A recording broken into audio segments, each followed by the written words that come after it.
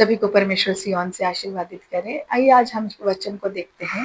Romeo की किताब अध्याय 8 उसका वचन हम 14 पढ़ते हैं। इसीलिए कि जितने लोग परमेश्वर की आत्मा से चलाए चलते हैं वे ही परमेश्वर के पुत्र हैं। ईमान।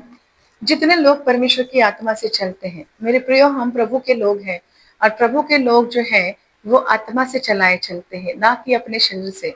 जब हम इस संसार में थे तब हम अपने मन से, अपनी इच्छाओं से, अपनी सोचों से हम चलते थे, पर जब हम प्रभु यीशु मसीह को ग्रहण करते हैं तो हमें परमेश्वर की आत्मा में चलना बहुत ही जरूरी है।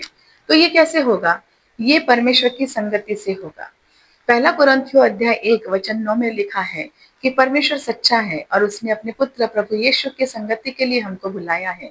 और इसलिए हम अगर प्रतिदिन परमेश्वर के साथ संगति करते हैं, प्रभु यीशु के साथ अगर हम प्रतिदिन संगति करते हैं, तो कुरिन्थियों की पुस्तक में लिखा है, पहला कुरिन्थियों 6 के 17 में, कि हम प्रभु के साथ एक आत्मा हो जाते हैं। और जब परमेश्वर की और हमारी आत्मा में जब मिलन होता है तो जैसे परमेश्वर चाहता है वैसे ही हम चलते हैं। उस समय हमें अपने बुद्धि से कोई भी निर्णय लेना अच्छा नहीं लगता है, अपने सोचों में चलना हमें अच्छा नहीं लगता है। उस समय हम हर बार परमेश्वर की सोचों में, परमेश्वर की इच्छा में चलना शुरू करते हैं। और यही हमारा आत्मिक जीवन है, मसीह जीवन है। अगर हम पुराने नियम में कुछ लोगों को देखेंगे तो आप वहां पर देखना कि हर जो लोग थे, जैसे दाऊद थे, अब्राहम थे, एलीशा थे, एलिया थे, जितने भी परमेश्वर के दास थे वो परमेश्वर की आत्मा में ही चलते थे।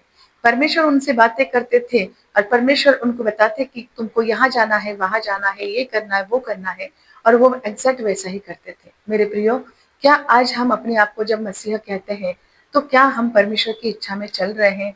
क्या हम परमेश्वर के वचनों को पूरा कर रहे हैं?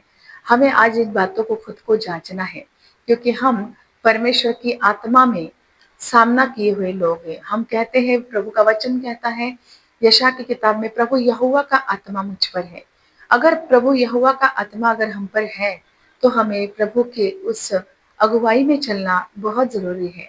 और जब हम ऐसा जीवन जीते हैं, शांति पूर्वक, प्रेम पूर्वक, संयमता से, नम्रता से, सही निर्णय लेते हुए, तभी हम परमेश्वर के बेटे और बेटियां कहलाएंगे। क्योंकि परमेश्वर का आत्मा गड़बड़ी का नहीं है, परमेश्वर का आत्मा शांति का है। इसलिए मेरे प्रियो, आज आप अपना निर्णय लीजिए कि मुझे मेरे परमेश्वर के साथ संगति करना है। मुझे परमेश्वर से बहुत सारी बातों को सीखना है, समझना है, क्योंकि जब आप उनके साथ बैठेंगे, बातें करेंगे, तभी वो आपको सिखाएंगे और समझाएंगे। परमेश्वर के साथ रहते हुए एक मित्र के जैसा हमें उनकी संगति करना है। जैसा एक मित्र के साथ रोज जब संगति करता है तो दोनों का मेल जोल होता है, दोनों के विचार, दोनों का स्वभाव एक जैसा लगना लगता है। वैसा ही हमें परमेश्वर के साथ करना है। परमेश्वर इस वचन से आपको आशीर्वादित करे। यीशु मसीह के नाम में आमीन।